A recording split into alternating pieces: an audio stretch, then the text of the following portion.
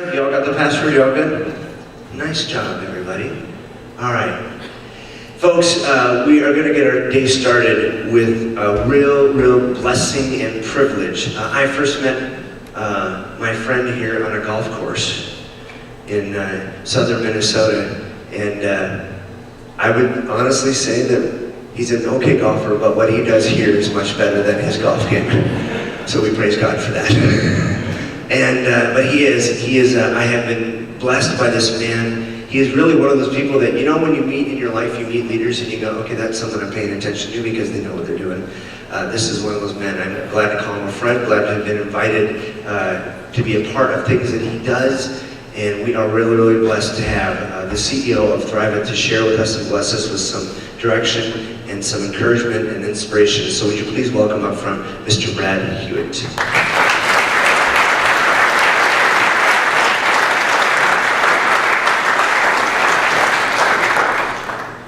Thanks, Peter. Having been a child of the 70s, I think in Neil Young's word, this is guaranteed to bring you right down. I'm just kidding. In fact, last week, I got this in the mail from one of the people we work with, and the title of the article is Leading in the Era of Brilliant Machines. Can Machines Replace Executives? An interesting article. Their answer is almost everything we do can be replaced. And I think to some degree that's the issue with technology and change. And so what I'd like to do is actually, for just a couple minutes, think about this question, to reflect about, you know, how do we evaluate moving to the latest technology in our community, our ministry, our business? Because I think sometimes it's always the idea is better, and that's what we have to do. And I think one of the things that we get the blessing to do is actually sometimes pause, stop, think, reflect, and then understand what it's going to take to make that new technology valuable. And so I'm going to, instead of concluding, I'm going to just give you my conclusion at the beginning, and I'm going to tell you a few stories along the way, and then come back to the conclusion.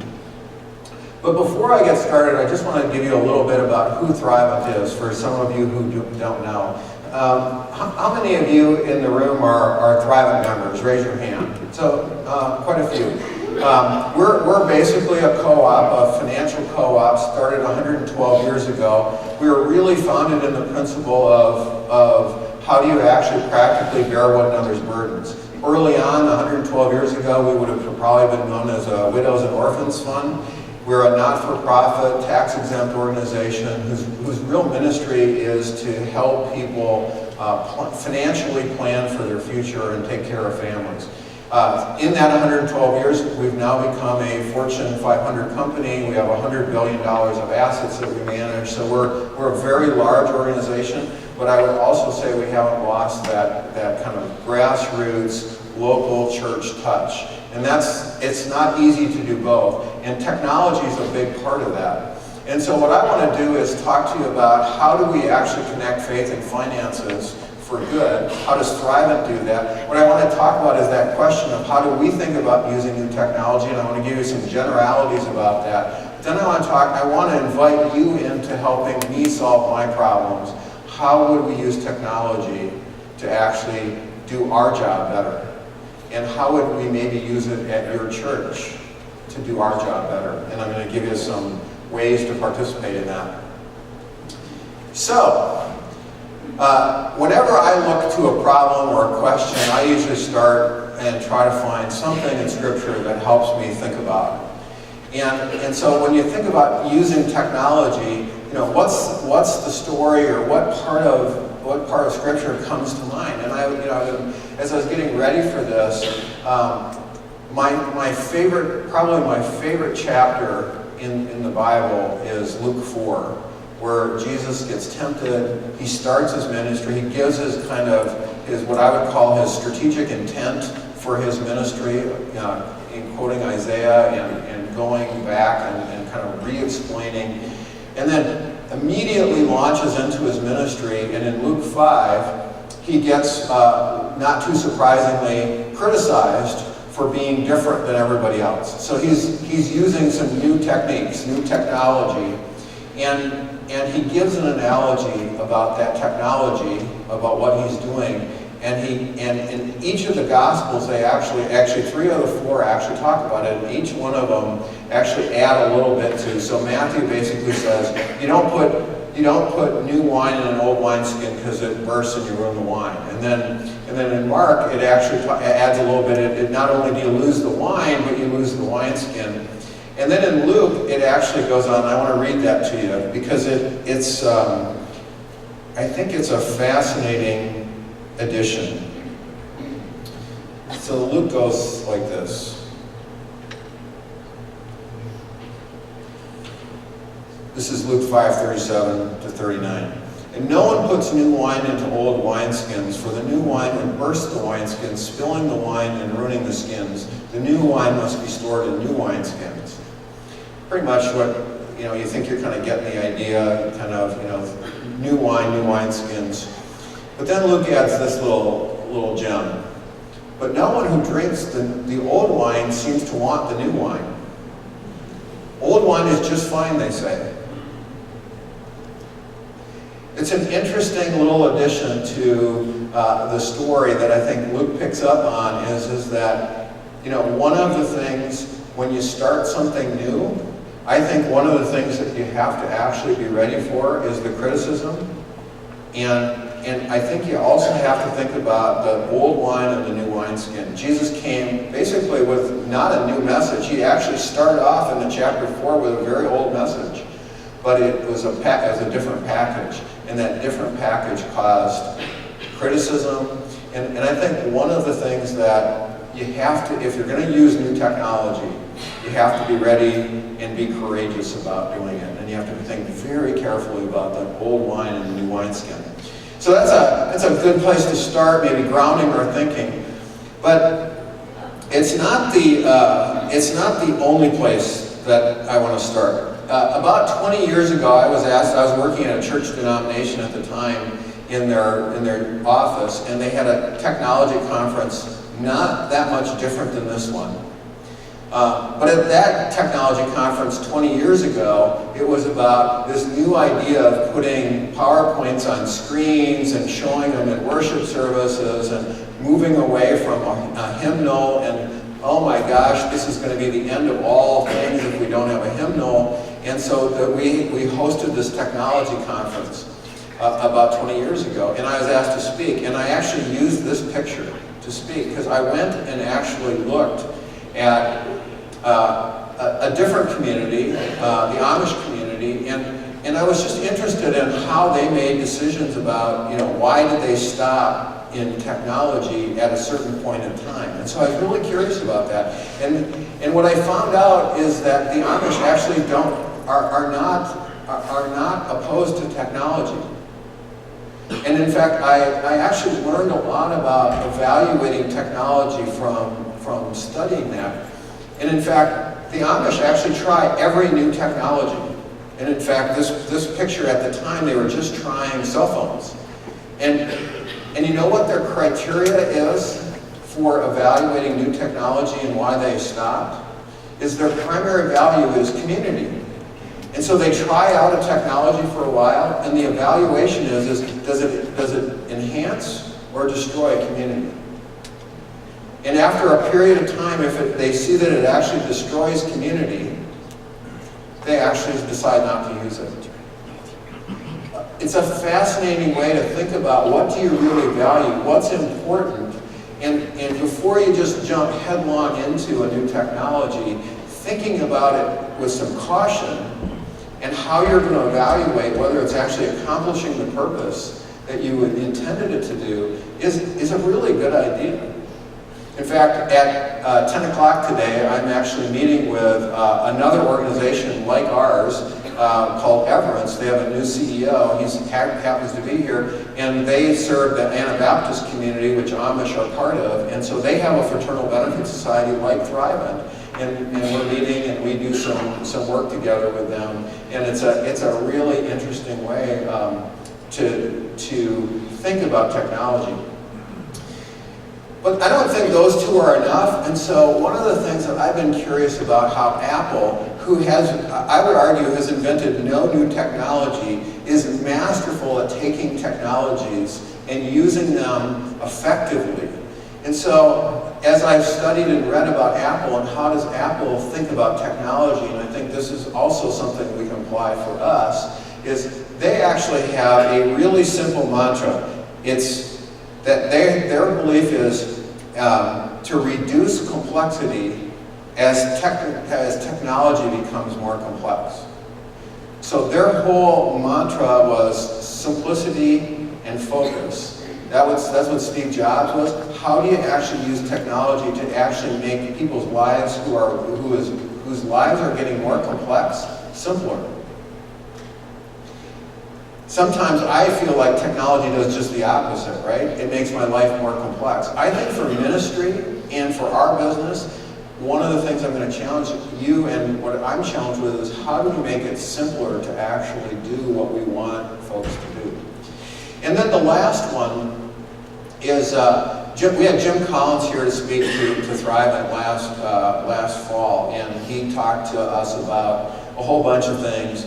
And I actually found Jim to be, if you don't know who Jim Collins is, he's written a whole bunch of books. Probably the best book for ministry that I recommend for everybody is Good to Great for the Social Sector. It's a little pamphlet, it's not very long, and it talks about how do you think about management. And I've gotten to know Jim a little bit, and we were having dinner one night, and he was telling me that it took him, it's only about 30 or 40 pages long. He said that little pamphlet took him longer to write than any other book that he's written. And he said the reason is because he was so arrogant that he figured he could just translate all the stuff from regular business into ministries and not-for-profits. And he said, I wasn't humble enough to write it for years, until I figured out that it actually, I needed to rethink how not-for-profits operate. And so as he thought about, and he studied people, and he calls them the 10Xers, people who actually outperform others in their ministry and their mission by 10X.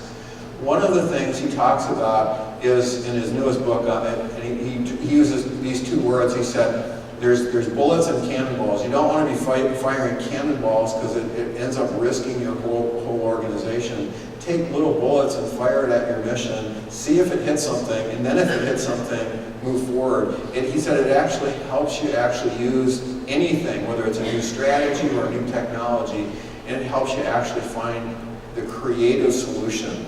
So these are my 4 conclusions for you as you think about evaluating technology. Is be ready to be courageous, be cautious. Don't jump in assuming that it's going to actually do what you think it's going to do.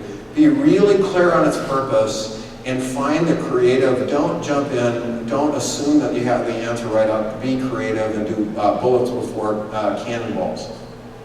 So now I want to invite you into our problem for the last few minutes. And I want to give you 7 facts about Christian giving. So if Thrive is here to help people be wise with money and inspire them to live generously, one of the things that's really helpful is to explore the brutal facts of how we're doing as churches, as Thrive.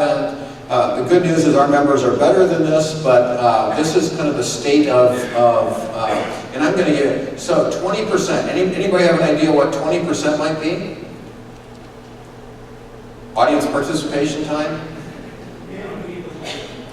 Amount of people who tithe? Who give? Close. It's the opposite. 20% is the percent of active, regular, attending Christians who give 0. 0 to anything. 20% give 0. Interesting. Okay, fact 2. 3% and 0.6%.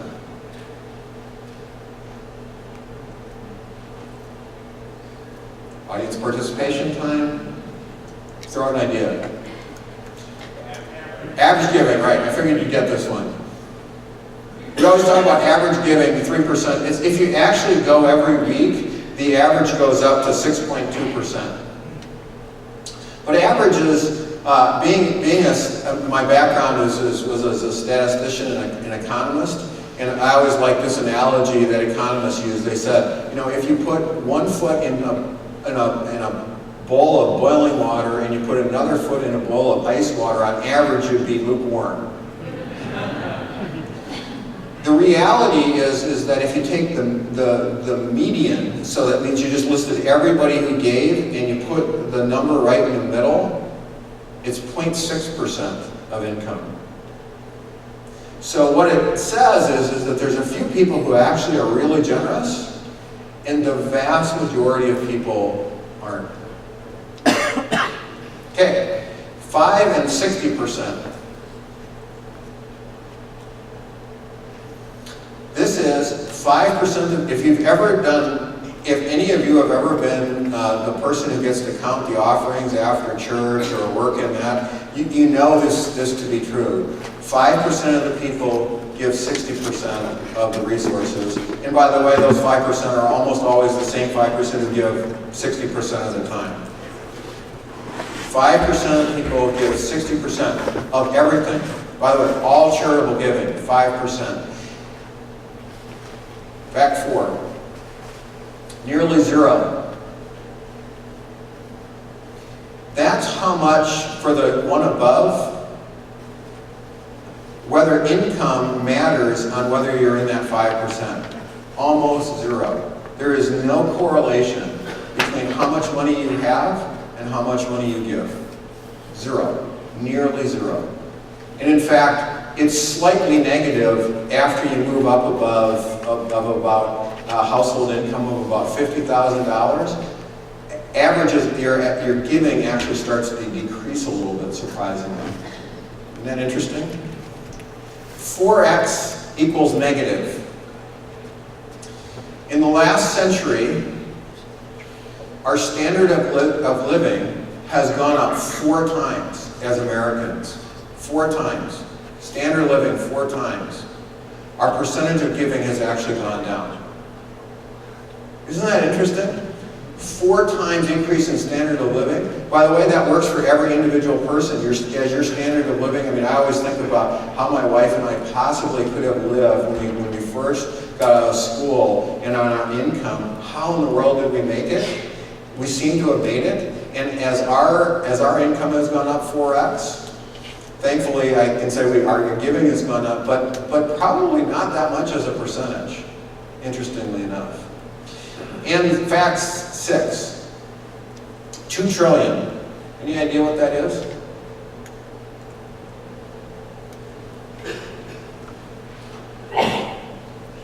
This is the income, I have to read this to you. This is the income of Christians in America, which is, so just to take regular attending Christians, which is more than the GDP of every country in the world except the six most wealthy countries put together. So Christians in America have a GDP, gross domestic product, their income, greater than all but the 6 most wealthy nations in the world. So fact 7, there we go, 133 billion. That's if we could get the average giving up to 5%, half a tithe. If we could get the average giving of regular Christians up to half of a tithe, there would be enough money to retire all the debt of all churches and feed every hungry and clothe every orphan in the world. Isn't that interesting? If you could just get half a tithe from U.S. Christians. Fascinating. So I want to quickly talk to you about our hypothesis, and I'm not going to spend a lot of time going into the helping you solve, just because I want to make sure we stay on time. But our hypothesis is, how do we help people be wise with money and live generously? How are we helping people be better stewards? We actually think and the research tells us there's actually two things that you need. And this is biblical. It's true if you read the wisdom literature. It's true. There's wise planning and there's living generously. And one changes your head, one changes your heart. One is about discipline and practices. One is about perspective. And interestingly enough, we've found in our research there's 5 different relationships with money, from surviving, struggling, stable, surplus, secure, and surplus. Wise planning helps you move from surviving to secure, and it doesn't necessarily change. So you can be financially secure, and it doesn't actually change your heart. The only way to move to surplus, which is defined the way we define it as somebody who actually is content and feels like they have enough to share with their neighbors in need, is by living generously. And so part of what we try to do is actually help people do both. And what we also recognize is that it's a journey.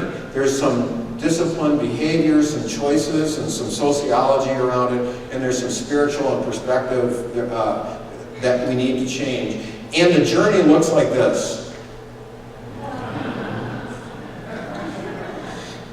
This is not a linear deal. But there's different parts to that journey that help you on the way. And so what I want to do is just, we are what we repeatedly do. Excellence then is not an act but a habit. I think that's true of generosity and being a good steward. And as we think about technology and bringing technology, I think this chart, this was in that report that I showed you at the very beginning about executives. Basically, in the last 10 years, you can see the technology enabler for both businesses and the consumer, are people who sit in our pews, who work with us. Their ability to actually interact with us has changed dramatically. So what I want to do is talk to you about how would we change some of these numbers. And I just wrote down some questions, and during this conference, if you have some ideas that would help us think about how to change the stewardship life of people in your churches, we would love to hear it. We need your help and how technology might do it. So how can we get everybody started on the journey to generous living? How do we invite the 20% in? And how can we get the mean giving above 6%? We have a program called Cash Momentum that actually just helps people with some of that discipline. Could you just actually help people just get that set up and just let technology do it all for you? Great challenge. So that'd be maybe for the first two. For fact 3, 5% gets 60%.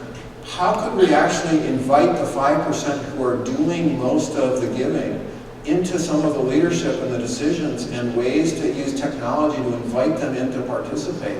Really interesting question. How do we get folks in number 4 to recognize that adding that next boat or that next flat screen TV isn't going to make them happy? How can we use technology to actually communicate a very different worldview? My time's just about up, and I want to end with these 4 things again. And as I think about these 4 things, I wrote down 4 statements that I want you to think about and close with. New technology is tempting, but like any temptation, it may not be helpful. New technology can't be ignored. We should use caution, but ignoring new technology is not going to serve any of us very well. New technology will improve some things, but not everything. How do you know the difference? And how do you actually help to use it? And the last one, for me, and the creativity part, and I think one of the greatest things that we all share New technology has always helped propel the gospel message to a world that needs to hear it so much. So thank you very much. Have a great conference. Welcome to Thrivent, and I hope this is really beneficial to you and all of your churches as you think about how to use technology. And again, I invite you, if you have some ideas to help us, we'd love your help to figure out how to make people better stewards. So thank you very much.